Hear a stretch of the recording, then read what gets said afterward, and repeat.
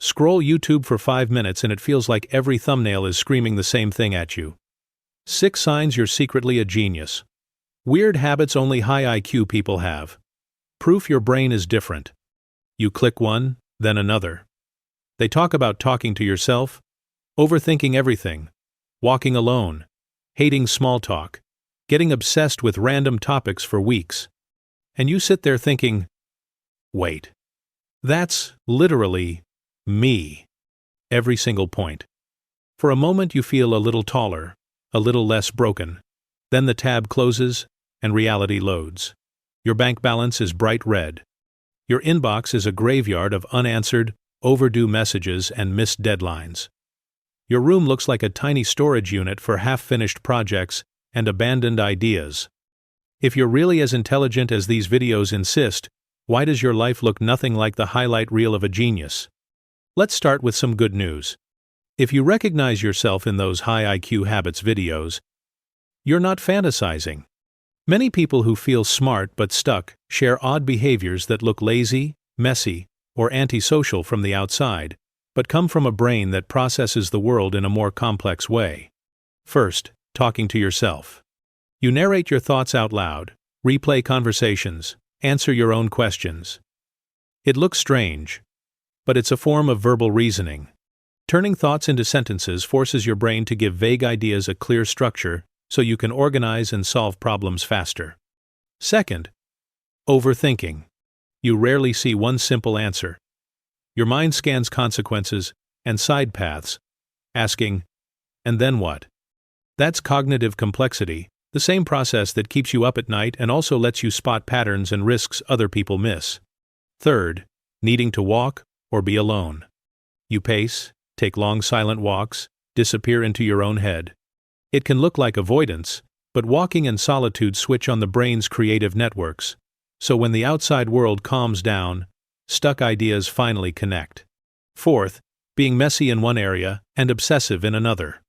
Maybe your room is chaos, but your notes or digital files are perfectly structured.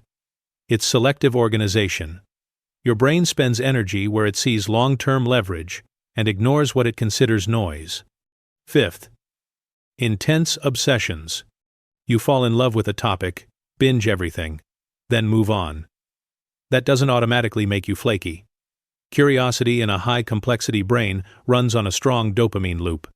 Learning itself is the reward. And hating small talk. You shut down in "how's the weather?" conversations but light up when things get deep or complex. That's not rudeness. Your brain is wired to chase meaning, not noise.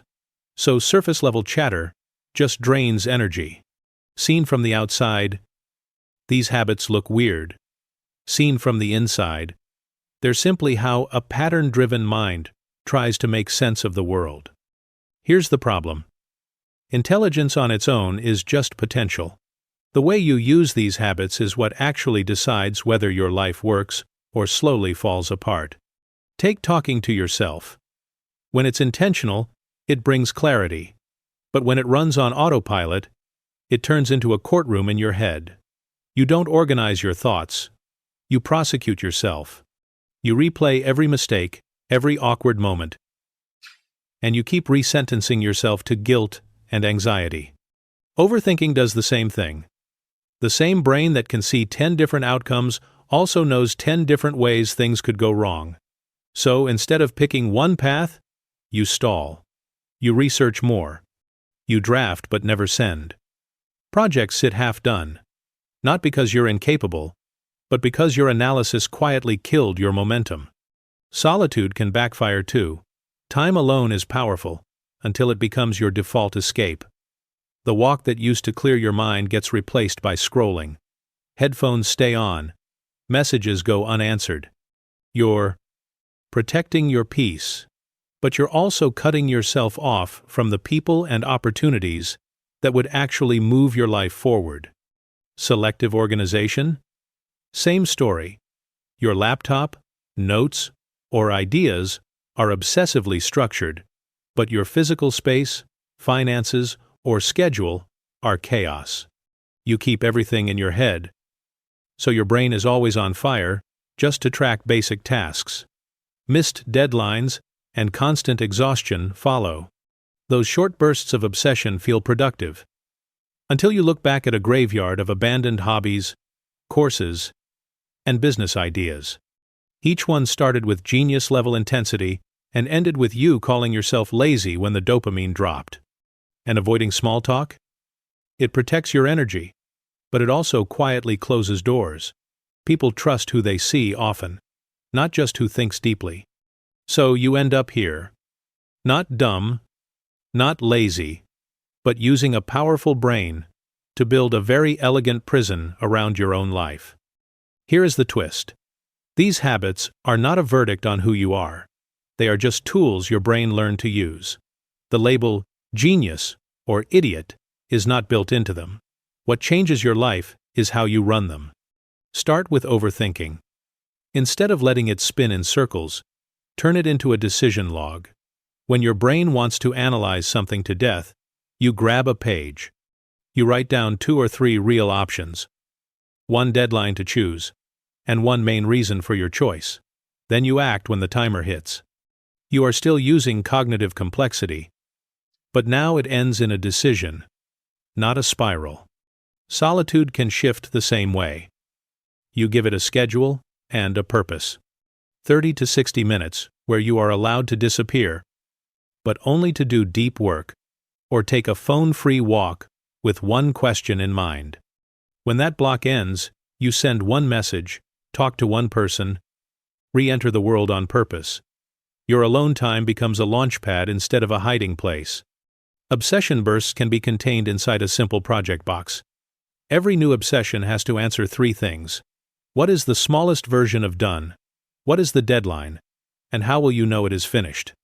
You do not let your brain start a new project box until a couple of old ones are closed. Curiosity still gets to run, but now it leaves a trail of finished things behind it.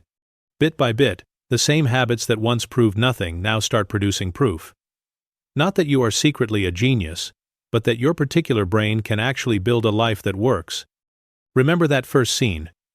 You, watching another "Signs You're Secretly a Genius" video, nodding along and still feeling like a failure when the screen goes dark. You do not need one more clip telling a nice story about your brain. You need one small piece of evidence in your real life that this brain can actually do something for you. So pick one thing from this video. One decision log. One block of on-purpose solitude. One project box you finally close. Do it in the next 24 hours, and let that, not a label, be your proof.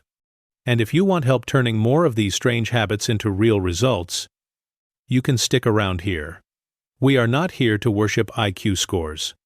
We are here to understand how your mind really works and how to make that work for you.